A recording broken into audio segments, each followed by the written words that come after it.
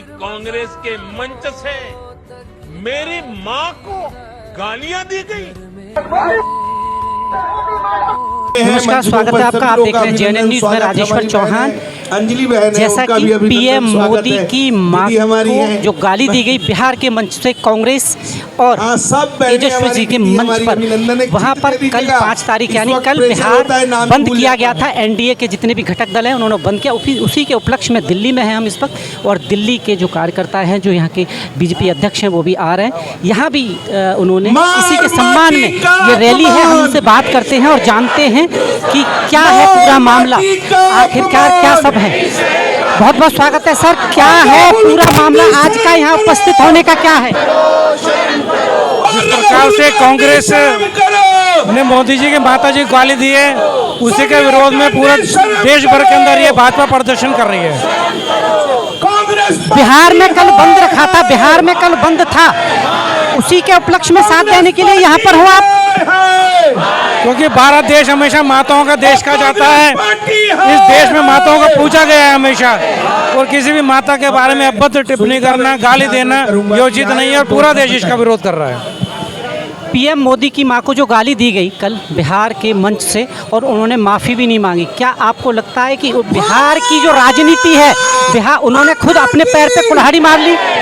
देखिए, देश के यशस्वी प्रधानमंत्री आदरणीय नरेंद्र मोदी जी की माता जी का अपमान नहीं सहेगा हिंदुस्तान। जिस प्रकार से उन्होंने उनकी सरोगे माता जी को गाली दी है, वो गाली उनकी माता के लिए पूरी देश की माताओं को गाली दी है उसने। हम कहते हैं कि बिहार को चुनाव को लेकर इन लोगों ने किस तरह का बर्ताव किया। सिर्फ चुनाव के नाम पर इस तरह का गालियां देना, ये कांग्रेस को चौंकाने देता। राहुल गांधी ने इस कृत्य के लिए माफी नहीं मांगी है, और भारतीय जनता पार्टी का कार्यकर्ता जब तक सड़कों पर रहेगा, जब तक राहुल गांधी माफी नहीं मांगते हैं। और देश की जनता, बिहार की जनता आने वाले चुनाव में इन दोनों को, बंटी और बबली की जोड़ी को, ये सबक सिखा के रहेगी बिहार चुनाव के अंदर।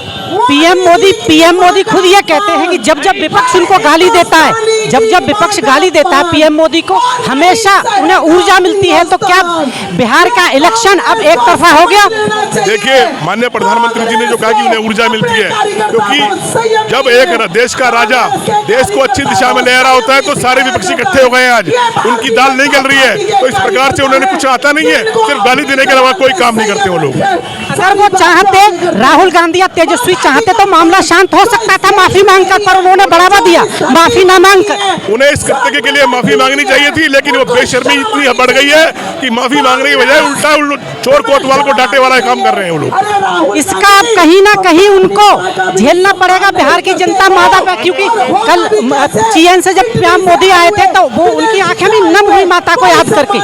आने वाले बिहार चुनाव में बिहार की जनता उन्हें मुंह तोड़ जवाब देगी, और बिहार की जनता फिर से एनडीए की सरकार बनेगी बिहार के अंदर, और राहुल गांधी और तेजस्वी को मुंह तोड़ जवाब देगा चुनाव में। मुंह तोड़ जवाब मिलेगा वहाँ पर, मुंह तोड़ जवाब। जी, पीएम मोदी की मां को गाली दी, मुंह तोड़ जवाब मिलेगा बिहार से इस बार?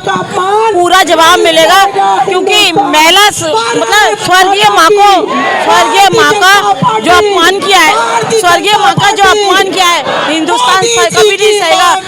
उनकी माँ इटली में बाहर थी, माँ इटली में नाचती थी, और यहाँ की माता को सम्मान नहीं कर रहे, शर्म नहीं आती ना? उन्हें भरपूर जवाब मिलेगा। इटली जाना पड़ेगा इन लोगों को, बोरिया बिस्तर बंद करके इटली जाना पड़ेगा इन्हें, क्योंकि मोदी जी की माँ जो है नहीं, उनका अपमान कर रहे हो, जो देश के लिए इतना कुछ कर रहे हैं। शर्म आनी चाहिए उनको कि इस तरह नहीं करना चाहिए कि मोदी जी का अपमान। नेगी साहब, पीएम मोदी को मां की गाली बिहार के मंच से देके क्या वाकई उन्होंने अपने पैरों पे कुल्हाड़ी मार ली?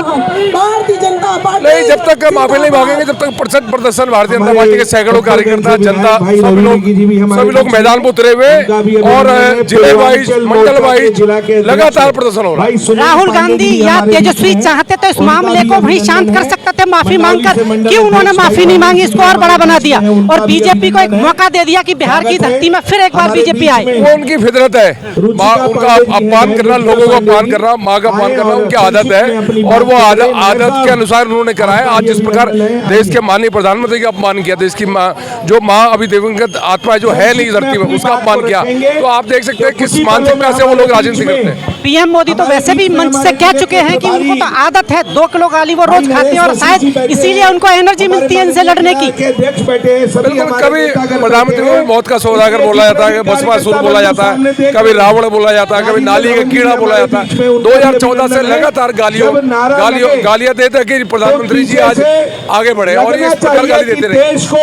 प्रधानमंत्री मोदी को गालियां दे दे के कहीं ना कहीं विपक्ष ने एक बार फिर बीजेपी को बहुत बड़ा मौका दे दिया है और वाकई इस मामले को तेजस्वी यादव ने बड़ा बना दिया। जी क्या कहना चाहते हैं, क्या है, क्या लग रहा है बीजेपी फिर बिहार में झंडा लहराएगी? बिहार में तो बीजेपी 100% आ ही रही है, मगर पूरे देश में जिन लोगों ने जो कि मोदी जी की मां का अपमान किया, पूरे देश की माताओं का अपमान किया, पूरे देश की महिलाओं का अपमान किया है, जिस प्रकार की भाषा राहुल गांधी तू तड़ाक में उतरा है, ऐसे उसके कार्यकर्ता उतरे हैं।